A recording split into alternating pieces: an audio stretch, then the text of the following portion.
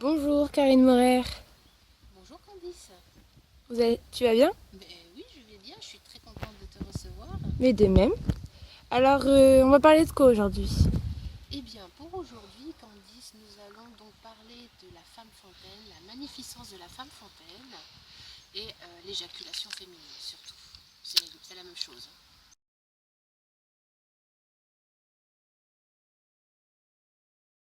Alors dites-moi, c'est quoi l'éjaculation féminine? Parce que je pensais vraiment que c'était pour les hommes. Ouais. Mais est-ce que je vois là, c'est aussi pour les femmes? Oui, donc tu es étonnée, ça ne m'étonne pas, parce qu'en fait, il y a vraiment une méconnaissance en fait, de l'éjaculation féminine, le processus de l'éjaculation féminine. Donc, qu'est-ce que c'est que cette éjaculation féminine? C'est tout simplement l'émission d'un liquide lors d'une masturbation seule ou avec un partenaire ou lors d'un rapport sexuel. Donc ce liquide sort par jaillissement ou s'écoule tout simplement. Et en fait, vous avez une quantité variable selon le cycle, selon les personnes, selon la prostate. Ça varie entre 20 et 200 millilitres quand même. Ça peut même aller jusqu'à certaines fois jusqu'à 300 millilitres et jaillir plusieurs fois lors d'un rapport sexuel. Voilà. Donc en fait, cette éjaculation féminine, c'est extrêmement important. Pourquoi? Parce que ça donne accès à de la profondeur, à une liberté d'être, une expression du soi sexuel féminin complètement différent de ce que l'on a l'habitude de pratiquer voilà, en général, de ce que l'on connaît.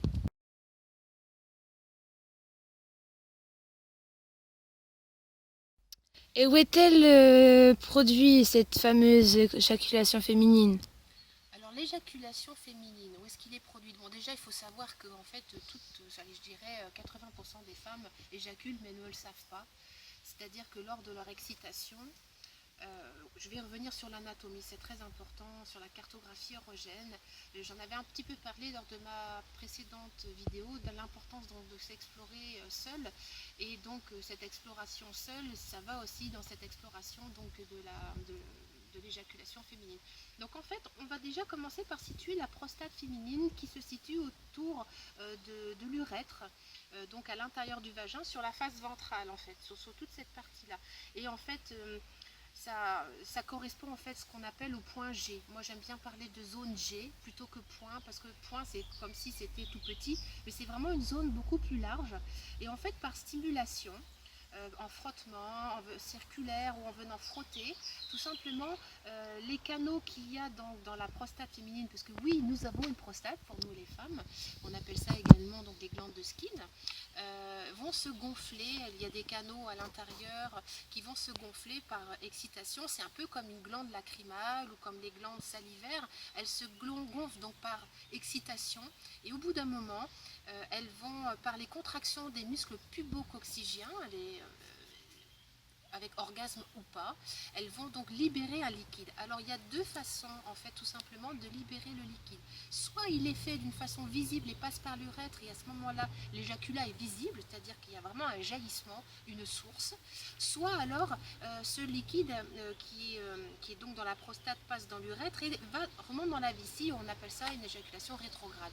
Et évidemment la majorité des femmes ont accès à cette éjaculation rétrograde. Comment est-ce qu'on le sait? Tout simplement parce qu'on a mesuré le taux de PSA. Qu'est-ce que c'est que le taux de PSA? C'est le taux d'antigène prostatique que les femmes également produisent dans cette prostate. Après un rapport sexuel, on s'est rendu compte que ce taux d'antigène prostatique était important dans les urines. Ce qui veut dire, traduction, que donc cet éjaculat est donc remonté dans la vessie. Voilà. Donc quand les femmes apprennent par la masturbation à venir, au lieu d'aspirer, de tout rentrer dans leur orgasme, à plutôt laisser couler et à laisser, comme si le sexe pouvait sortir et pousser vers l'extérieur, il y a comme une forme de libération à ce moment-là de toutes ces eaux profondes. Voilà Candice. Ça va Candice? Est-ce que ça répond un peu à ta question? Ça t'éclaire sur ce... Oui, c'est parfait.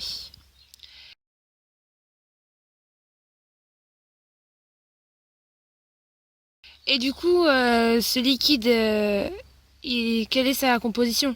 Bon, alors oui, oui c'est bien comme question ça. Alors le liquide prostatique, tout simplement, l'éjaculat, il est composé d'eau, l'eau. C'est un peu une texture un peu incolore, inodore, qui peut varier selon le cycle. Donc il y a de l'eau, il y a également du glucose à l'intérieur et donc des PSA, donc c'est vraiment donc ces marqueurs prostatiques que l'on retrouve dans l'éjaculat. Mais vous avez également, on peut y retrouver des traces d'urine, mais très très peu, parce qu'en fait l'éjaculat est souvent un peu associé malheureusement à de l'urine et les femmes ont peur de se lâcher parce qu'elles ont l'impression entre guillemets de se faire pipi dessus. Lors du rapport sexuel. Or, ce n'est pas du tout de l'urine. Voilà, c'est très important. Et cette peur d'uriner, en fait, peut créer également beaucoup de blocages et cette peur de lâcher prise.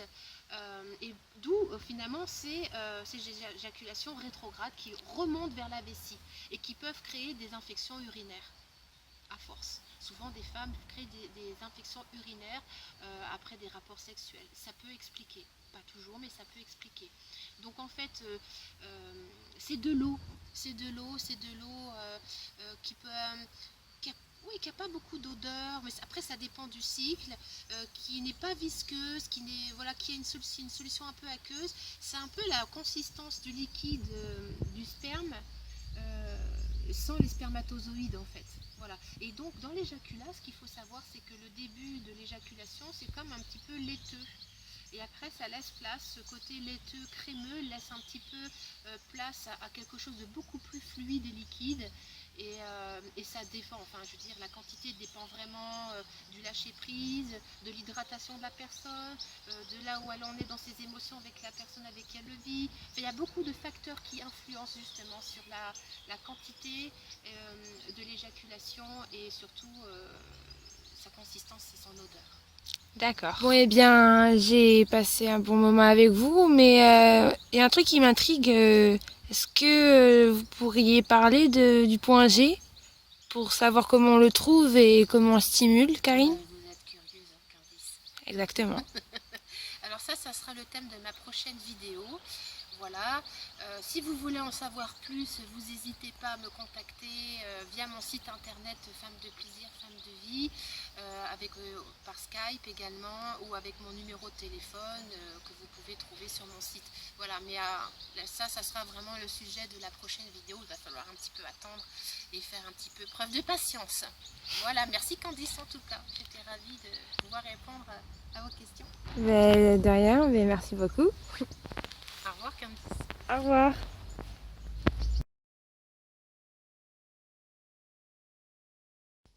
Bonjour Karine Morer.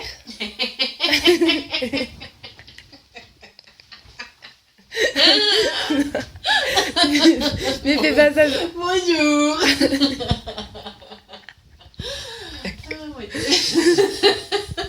Bon, ça mettra dans le bêtisier. Hein. Bonjour.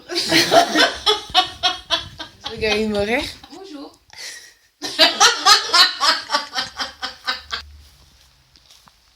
Mais pourquoi?